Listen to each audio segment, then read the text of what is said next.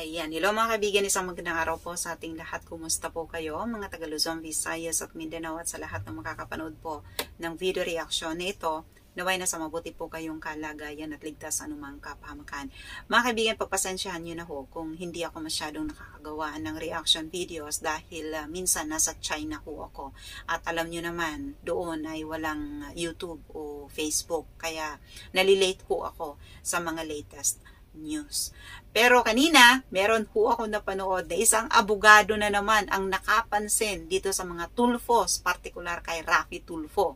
Ito ay binagyang pansin mga kaibigan ni Attorney Enzo Recto. Ito si Attorney Recto mga kaibigan, lagi ako rin na nanonood sa kanya dahil bukod sa kababayan ko siya, Bicolano siya, ay magaling din siya na magpaliwanag at nasusubaybayan niya talaga kung ano yung mga nangyayari sa bansa natin, lalong-lalo na yung mga politiko, diba?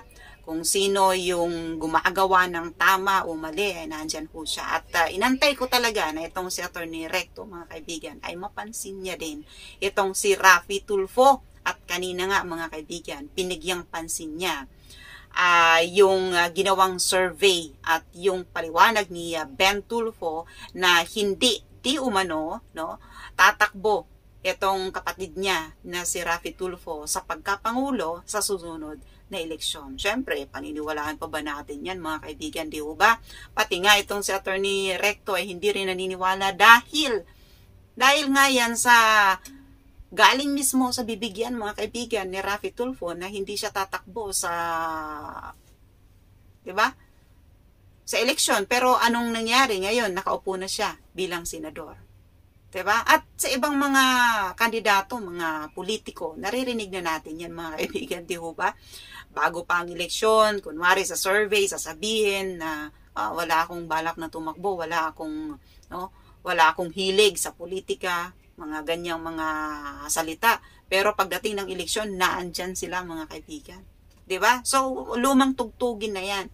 Kaya, eto, pakinggan natin mga kaibigan kung ano yung paliwanag ni Attorney Recto dahil napakaganda rin ng kanyang mga naging obserbasyon at kung siya ba ay naniniwala na tatakbo o hindi itong si Raffy Tulfo at ayon nga sa kanya, itong mga Tulfos ay nagiging political dynasty na. Pakinggan natin mga kaibigan. Tumuloy si Grace po.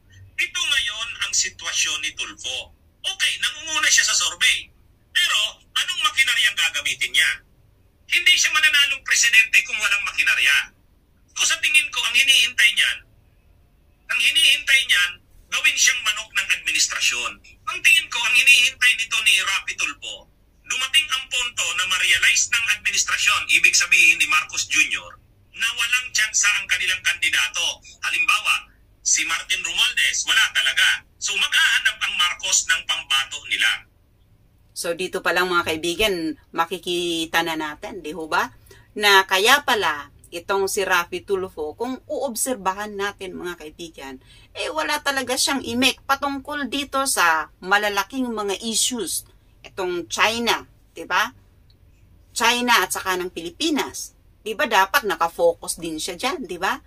At ano pa nga ba, itong tungkol dito sa kay Pacquiao, di ba? Kay Pastor Apollo Kibuloy, di ba? Tahimik siya. Wala siyang sinasabi, di ba? At kung saan ba nakafocus si Raffy Tulfo, mga kaibigan? Doon pa rin sa Raffy Tulfo in action. No? Sa mga usapin ng mga mag-asawa, pamilya, di ba? At nung isang araw nga, imbis na naandun siya sa Senado, sa Senate hearing, nag-back out siya at pumunta siya, di ba? Mga kaibigan, tumuloy siya sa kanyang Raffy Tulfo in action. So dito magtataka tayo mga kaibigan, at ano ba talaga Raffy Tulfo? Saan ka ba talaga dapat mag-concentrate? Sa pagiging senador mo ba? O sa pag-host mo dyan sa Raffy Tulfo in action mo? Di ba? Maraming mga tanong ang mga tao. Ang Senado ba ay ginagawa mo lang na part-time? Ano ba talaga yung dapat mong i-prioritize? Kasi ang alam namin, kapag ikaw ay public servant na, politiko ka na, 'Diba? Senador ka, mag-concentrate ka sa kung ano yung trabahong pinasok mo. 'Diba? Para naman kahit papaano maging kapaki-pakinabang, 'di ba? Yung ibinabayad ng taong bayan sa mga katulad niyo. Hindi yung nakikita namin dito, na naandyan ka dapat sa Senate hearing, 'di ba? Pero bigla kang aalis at tutuloy ka diyan sa Raffy Tulfo in action. So, hindi magandang halimbawa ito mga kaibigan. Bilang tayo ay mamamayang Pilipino at nandyan nga, iniluklok ng taong bayan itong si Raffy Tulfo bilang senador. So, dapat siguro dyan siya mag-concentrate. Diba? Inaasahan ni Raffy Tulfo, kung imamanok siya ni Marcos ng administrasyon, di may makinarya na siya. Meron na siyang pera. Kasi yung pera ng administrasyon, ibubuhos din sa kanya yan. Kung siya ang kandidato ng administrasyon, marami na niyang mga negosyante ang mag-finance sa kanya. Yan yung iniintay niya ni Tulfo. Mga kaibigan, talagang prangkahan. No? Direct to the point itong si Atty. Recto. Na ayon sa kanya, no? Ayon sa kanyang obserbasyon, kaya itong si Raffy Tulfo ay medyo nananahimik nga. Diba? Sa mga issues, sa mga malalaking issues na dapat pagtuunan ng pansin, katulad ng mga senador tungkol dito sa West Philippine Sea, diba? Sa nangyayari sa bansang China, kontra Pilipinas, pero tahimik nga. Yun pala, diba? Pwede rin gayon, diba? Mga kaibigan, maganda yung obserbasyon ni Atty. Recto dito na posibleng inaantay ni Raffy Tulfo na kuhanin siya, 'di ba? Ng administrasyon, suportahan siya ng administrasyon. No? Para siya yung pambato laban kay Sara Duterte. 'Di ba? Bunyog. Pero kung hindi siya gagawing kandidato ng administrasyon, kung walang makinarya siyang magagamit, walang pondo, hindi yan tutuloy si Raffy Tulfo. So parang ngayon, okay na yan na nangunguna siya sa survey. Ang hinahanap nila ngayon, partido, makinarya, saka pondo sa kampanya. Yung makinarya, diba? Partido, pwede pa na talagang nag-aantay ito si Raffy Tulfo sa administrasyon, diba? Itong mga ng Marcos. Pero yung pera, yung pundo, meron na yan, Atty. Recto. Mayaman yan, di ba, si Raffy Tulfo? Ang laki ng kita niya dyan sa Raffy Tulfo in action. Di ba? Meron yan. So, siguro, hindi na siya masyadong magpuproblema sa, di ba, sa pundo. Yung makinarya na lang. Di ba? Yung kung sino, yung susuporta sa kanya. Yun lang ang siguro ang puproblemahin niya. Pag nakakuha niyan si Tulfo, wala yan. Yung mga sinasabi na yan ni Erwin Tulfo na, nung sabi, a major headache. Ang laki-laki daw na sakit sa ulo niyan. Kaya hindi daw takbo si Raffy Tulfo. Sos, narinig na namin yan. Narinig na namin yan. Kaya ako mga kabunyog, ako ang tingin ko dito kay Raffy Tulfo, kunwari lang yan, hindi tatakbo. Kunwari lang yan, hindi tatakbo. Totoo yan, Atty. Recto. Hindi talaga, walang maniniwala dyan. Kunwari lang yan. Kasi nga sinabi niya na yan noon pa. Bago pa mag-eleksyon. Bago pa siya tumakbo sa pagkasenador. Sinabi niya na yan na hindi siya tatakbo. At doon siya magko-concentrate sa Raffy Tulfo in action dahil meron daw, doon daw, mas marami siyang natutulungan. Sinabi niya na yan noon. Pero anong nangyari? Diba? Tumakbo siya. Kinain niya rin kung ano yung sinabi niya. So hindi pwedeng paniwalaan. Diba? Narinig na natin yan.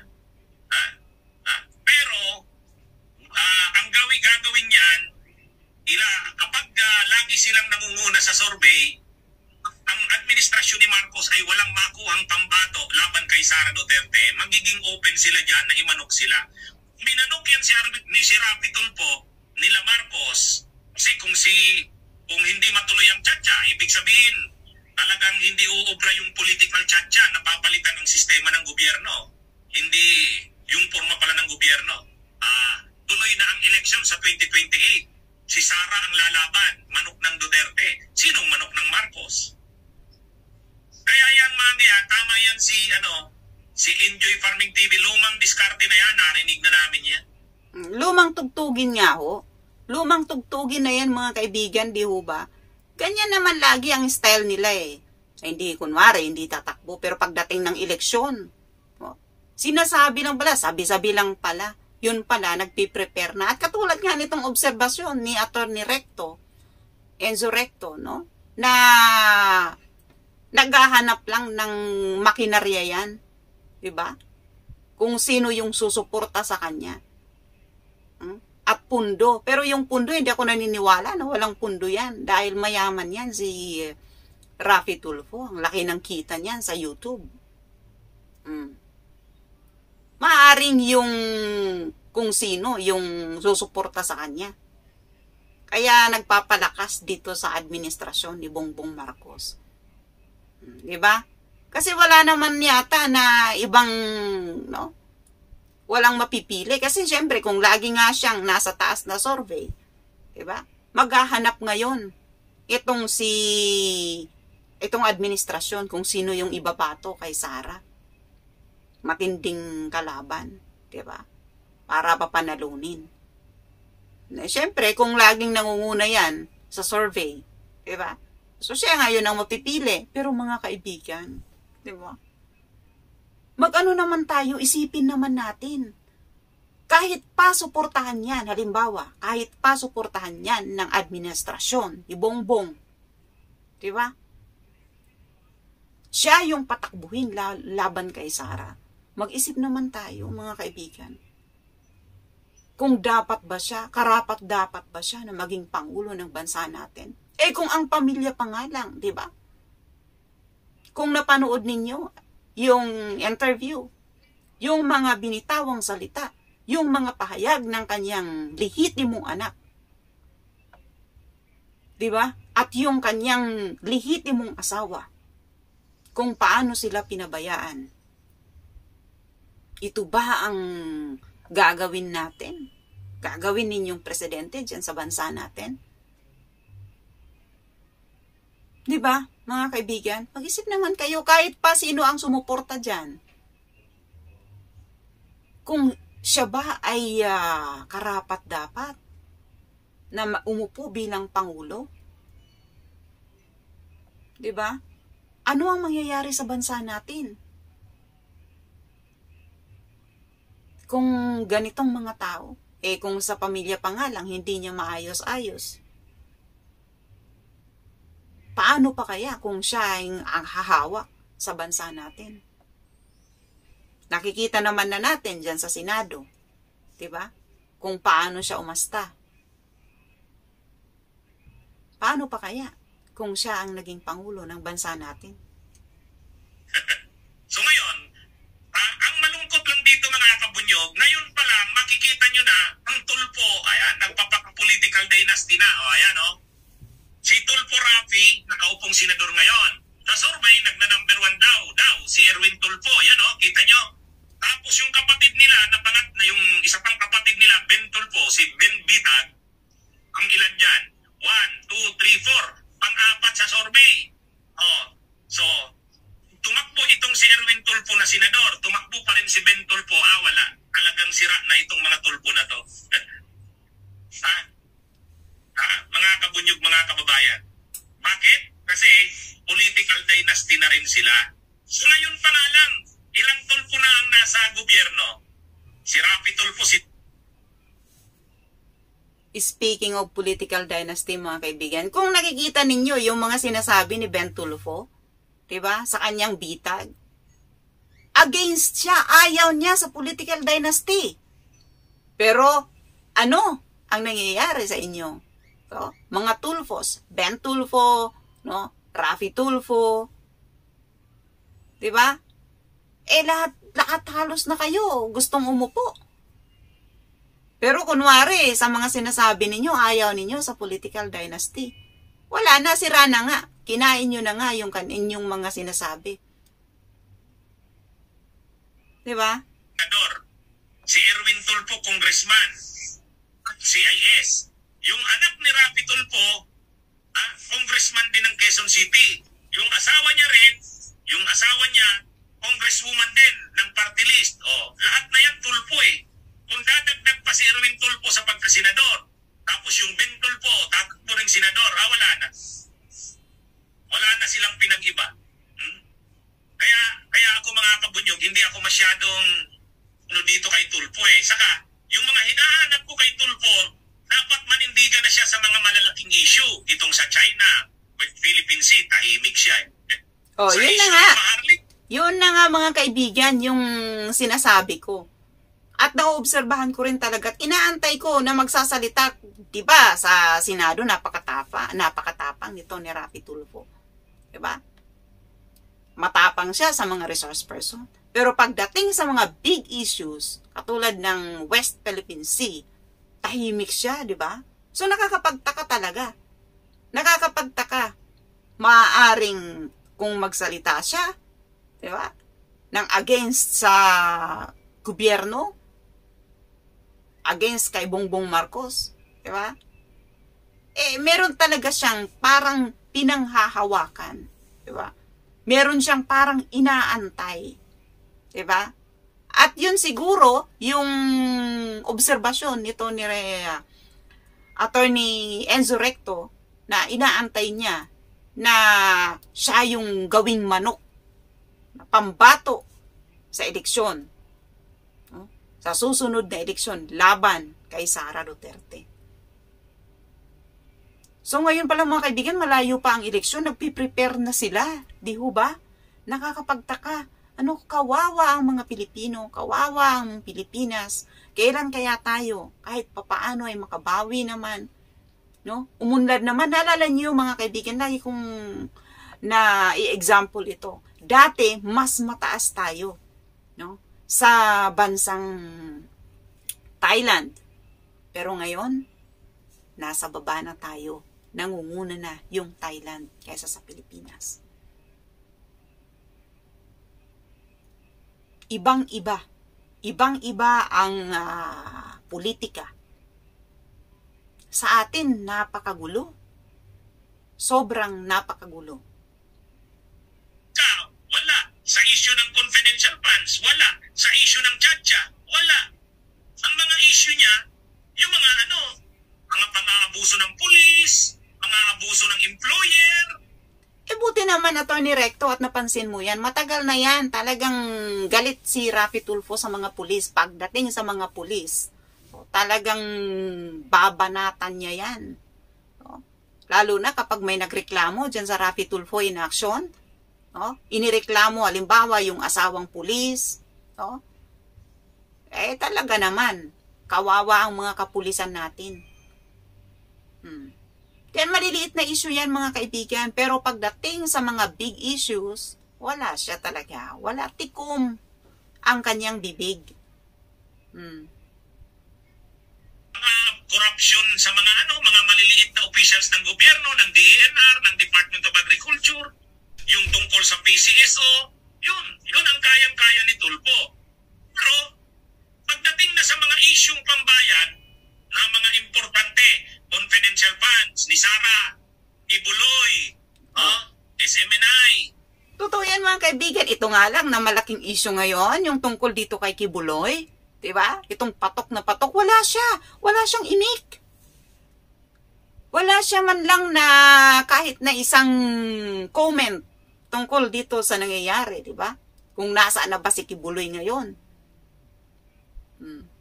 Wala siyang imik. Pero pagdating sa mga resource person, ng mga pulis dyan sa Senado, nako, ang tapang niya.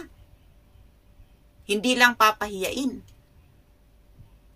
ang mga resource person. Diba? Sisigawan, tatawaging inutil at kung ano-ano pa. At ikukulong, diba? Diyan mismo sa Senado.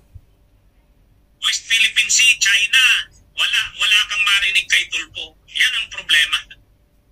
Kaya masyadong si Tulfo. Populist ang tawag yan. Ibig sabihin, yung mga isyong pambayan na tulad ng China, West Philippine Sea, korupsyon na tulad ng Maharlika, yung issue ng confidential funds, issue ng Chacha, tahimik si Tulfo dyan. Ayaw niyang magalit ang Marcos sa kanya eh.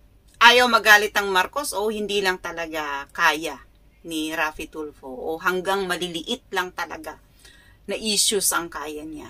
Nagtatanong lang naman ho ako. Kasi kung kaya niya talaga yan, pang national yan, yung kaya niya, tatalakayin niya yan. Yung tungkol nga lang dyan sa West Philippine Sea, di ba? Kung talagang matapang yan si Raffy Tulfo, dadalhin niya yan. Di ba? Na issue na yan. Tatalakayin niya yan. Pero wala. Tahimik siya. Di ba? Tahimik siya. Yun ang problema. Kaya, selective issues, tama po kayo, playing safe. Pag presidente ka, mahirap yung ganon. Mahirap na ang mga alam mong issue tungkol lang sa away ng mag-asawa. Hindi nga naman pwede yon. Diba mga kaibigan, mga kababayan, hindi naman pwede yon na maging presidente ay ang kaya lang nalutasin yung pag-aaway ng mga mag-asawa. Yung tawag dyan ay chismis. Diba? Hindi pwede yung ganon. Kailangan, diba? Kasi pinapakita naman ni Raffy Tulfo kung gaano siya kagaling. Diba? Kung makapagsalita nga lang dyan sa Senado, diba?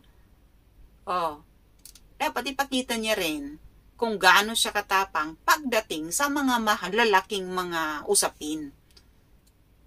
Diba? Kasi yun ang tinitingala ng mga tao. Paano yan kung naging presidente itong si Raffy Tulfo? At ang kaya niya lang nalutasin ay yung mga away-away ng mag-asawa, yung sino yung kabit, di ba? Paano kung ganyan? Paano na tayo? Kawawang Pilipinas, kawawang mga Pilipino. Tapos sisisihin ninyo. Sino yung sisisihin ninyo? Kayo rin, kasi kayo yung bumuto. Di ba? Ngayon pa lang nagpapaalala na ang mga tao, na pumili kayo ng mas karapat-dapat na Pangulo. Unang-una, yung may malawak na kaalaman, hindi yung nagdudunong-dunungan lang. Naggagaling-galingan lang. Ay makasigaw lang, marinig nyo lang na sumigaw dyan sa Senado, siya na ang gusto naming maging presidente. Hindi ho yun ang basihan. Kailangan malawak ang kaalaman. Hindi lang yung tungkol sa mga mag-asawa o magkabit-kabit. Mahirap na yun ang issue mo. Presidente ka ng Pilipinas eh. Saka yun na nga. Eto si Atty. Recto, gusto yata itong, Atty. Recto, baka ma+1 ka dyan. Kasi nasabi mo, alam mo naman ang issue ngayon, si Atty. Libayan. Talagang ginagawa ng paraan ni Raffy Tulfo para patahimikin. Sinampanan ng mga kaso. Pero issue tayo dito, hindi tao. Hindi nila pinigil ito na sa survey daw, nangunguna si Erwin Tulfo tapos pumapang-apat si Ben Tulfo. So anong plano nila? 3 silang Tulfo sa Senado? Wala eh. Yan yung mga kapunyog. Kita nyo naman ako, hindi naman ako napaka-anti-Tulfo na tulad ni Libayan, ni Atty. Libayan. Hindi naman. Gusto ko lang nalinawin, Atty. Enzo Recto. Hindi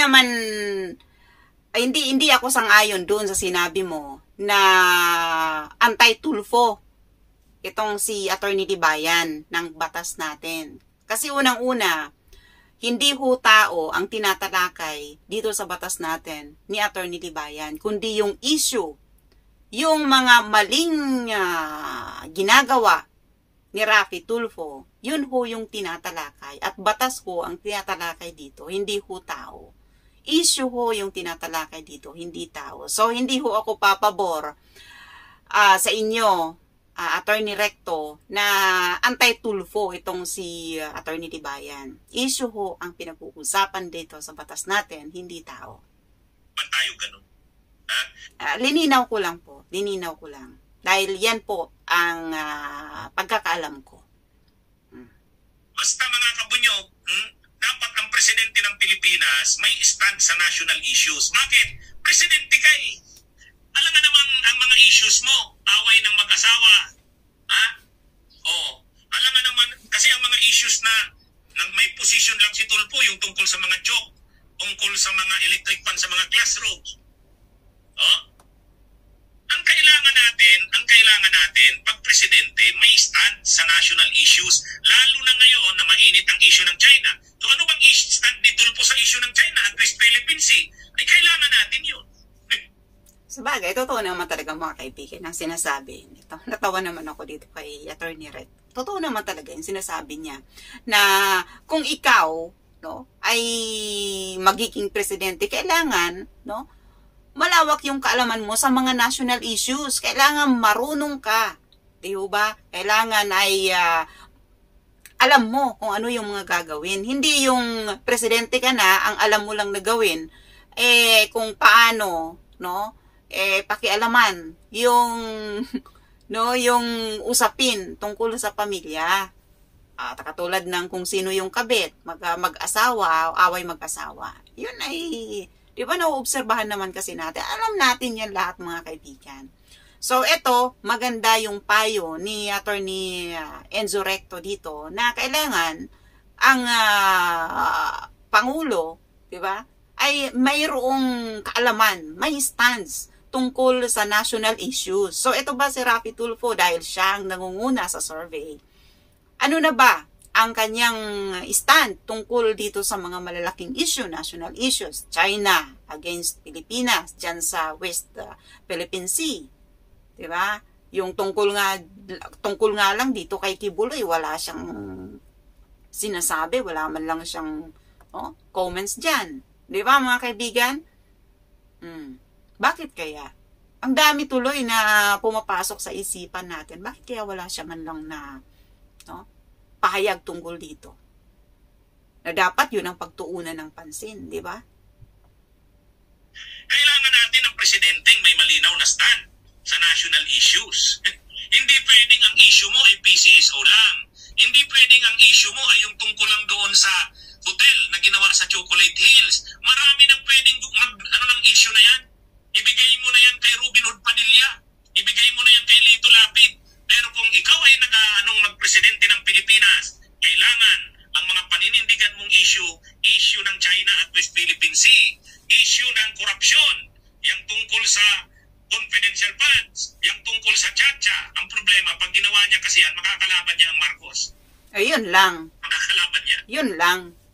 Kaya siguro nananahimik, attorney, di ba? Itong si Raffy Tulfo. Kasi kung gagawa nga naman siya, meron siyang sasabihin, mukhang makakalaban nga niya at hindi niya makukuha yung simpatya ng gobyerno, di ba? Paano siya susuportahan kung siya ay nangangarap na maging pangulo ng bansa?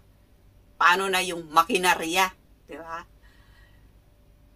Yung inaasahan niya pagdating ng eleksyon. So, mahirap ang ganyan mga kaibigan. Grabe talaga ang politika dyan sa bansa natin.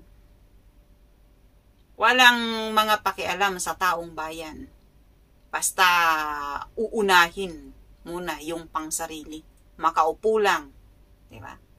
Gagawin lahat. Dito natin makikita mga kaibigan kung gaano nga talaga katapang itong si Raffy Tulfo. Ano ang stand niya sa mga national issues, sa mga big issues ng bansa natin. Katulad ng korupsyon, di ba? Itong West Philippine Sea, na sa tingin natin ay masyado na tayong inahapi ng mga Chino, di ba? Pero ako rin, inilinilaw ko, hindi ako napaka-anti-Tulfo na katulad ni Rapi Libayan, ni Attorney, ni Panyero.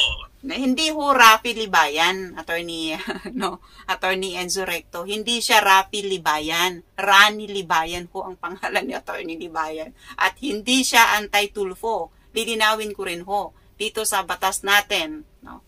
Si Attorney Libayan ay hindi ho tao, kundi issue ho ang pinag-uusapan dito. Batas natin po. So, yan.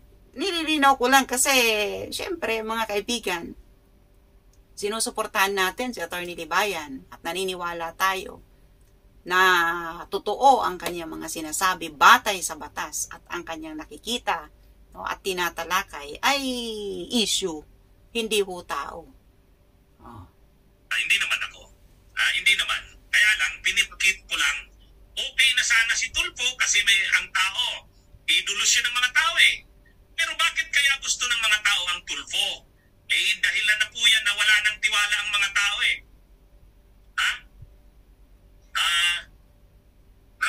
Ang ano natin dyan, ang tao kasi wala nang tiwala sa criminal justice system natin. Yan ang problema. Ang mamamayang Pilipino wala nang tiwala sa mga pulis, wala nang tiwala sa mga piskal, wala nang tiwala sa mga huwes. Kasi ang bagal sa one-sided. Kung sinong may pera, kung sinong mayaman, kung pinapanigan ng batas. Kaya ang tao wala nang tiwala sa batas. Wala nang... Ako mga kaibigan, hindi ako naniniwala na may pinapanigan ng batas. Attorney Recto, hindi ho ako masyadong papabor dyan sa sinabi mo na ang tao, oo, yung ibang tao siguro, ay nawawalan na sila, no? Dahil ng tiwala, dahil nga sa mabagal. Pero yun naman talaga ang proseso. Bakit sila nawawalan ng tiwala? Dahil mayroong isang tao na action agad. Diba? Yan ay dyan sa Rafi Tulfo in action. Diba? Na hindi na dinadaan sa tamang proseso. Ikaw ho, bilang abogado, papabor ka ba sa ganyan? Na lahat ng bagay ay hindi na idadaan sa tamang proseso. Kundi tatawag na lang. Halimbawa, may inireklamong isang pulis, tatawagan yung hepe ng pulis, ipapatanggal yung inireklamo. Payag ho ba kayo ng ganon? Na hindi na idadaan sa tamang proseso. Tatanggalin na lang yung pulis basta-basta dahil sa utos ni Rafi Tulfo. Ikaw, sa palagay ko, bilang abogado, ay hindi ka papabor sa ganyan, Attorney Recto. Kaya yung mga tao, no, yung mga kababayan natin, sa ngayon, mas pinaniniwalaan nila yung hindi na dadaan sa tamang proseso. Pero kung iisipin natin mabuti, no, hindi tama. Meron tayong batas. At ang batas, hindi ako naniniwala na mayroong pinapaboran. Kung sino yung mayaman, sila yung papaboran. Kung sino yung mahirap, sila yung kakawawain. Hindi pa rin ako naniniwala sa ganyan. Ang batas ay batas pa rin para sa akin. Diyan sa Pilipinas. Tiwala sa criminal justice system. Nagtitiwala na sila sa Tulfo. Yun na nga. Mali rin yun eh. Salamat naman at sinabi mo, Atty. Recto, na mali rin na ang pagtiwalaan ng taong bayan ay yung mga Tulfos. Diba? Mali rin yun. Tayo dapat magtiwala tayo sa mga institusyon ng gobyerno, sa mga institusyon ng demokrasya. Hindi tayo dapat nagtitiwala sa tao. Hindi naman yan gobyerno eh. Bakit natin pagkakatiwalaan ng hustisya ang tulad ni Tulfo? Mali yun eh.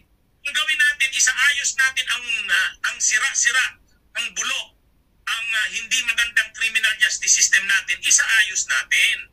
Balik natin ang tiwala sa ating mga institusyon. Hindi pwedeng ilulutasin natin ang problema natin sa Tulfo. Diba? Tama mga kaibigan. Mas magtiwala tayo sa gobyerno natin, lalo na sa batas. Mahirap kasi, sobrang tagal na ng programa na Rafi Tulfo in action, di ba? Yun na yung kinamulatan ng mga tao, di ba? ng mga kababayan natin na akala nila ay mas pwedeng pagkatiwalaan si Raffy Tulfo kaysa sa batas ng Pilipinas. Sa justice system natin. Hindi ho. Kailangan mas magtiwala tayo sa gobyerno, sa justice system natin. Hindi pwede na mas papaniwalaan natin yung tao. Kaya nga ho, meron tayong batas. Hindi pwede yun, mali yun. Kaya lang nauunawaan natin ang tao dahil nga may breakdown ng ating criminal justice system. Parang wala nang tiwala ang tao kasi ang bagal ng justice system natin, nagtutulpo na lang sila. Kaya isumbong mo kay Tulfo. Pero hindi rin maganda yon. Ang gawin natin, isaayos natin ang sira-sira nating criminal justice system, ibalik ng tao ang tiwala dito. Hindi naman pwedeng ang lumulutas ng mga problema natin, Tulfo eh. Hindi. Malinaw yan mga kaibigan galing mismo kay Attorney Enzo Recto. Hindi pwedeng ang lulutas ng mga problema natin ay ang Tulfo. Diba mga kaibigan? Hindi naman yan ang batas. Mas pagtiwalaan pa rin natin yung batas ng Pilipinas. Diba? Kaya nga tayo nag-aaral. Diba? Hindi yung may problema ka, gusto mong malutas ka agad, meron kang gustong pahiyain. Diba? Pupunta ka na kay Raffy Tulfo. Alam mo naman, isumbong mo kay Tulfo. Siyempre, kung sino yung nagsumbong, yun yung maririnig na una na panig ni Raffy Tulfo. So, kawawa naman yung isinusumbong. Di ba, mga kaibigan? Kalimitan ganun eh. Pwede yun. Sa isang matured na lipunan at demokrasya, hindi pwede. Dapat ang paglutas ng mga problema ng bayan nasa mga institusyon ng gobyerno.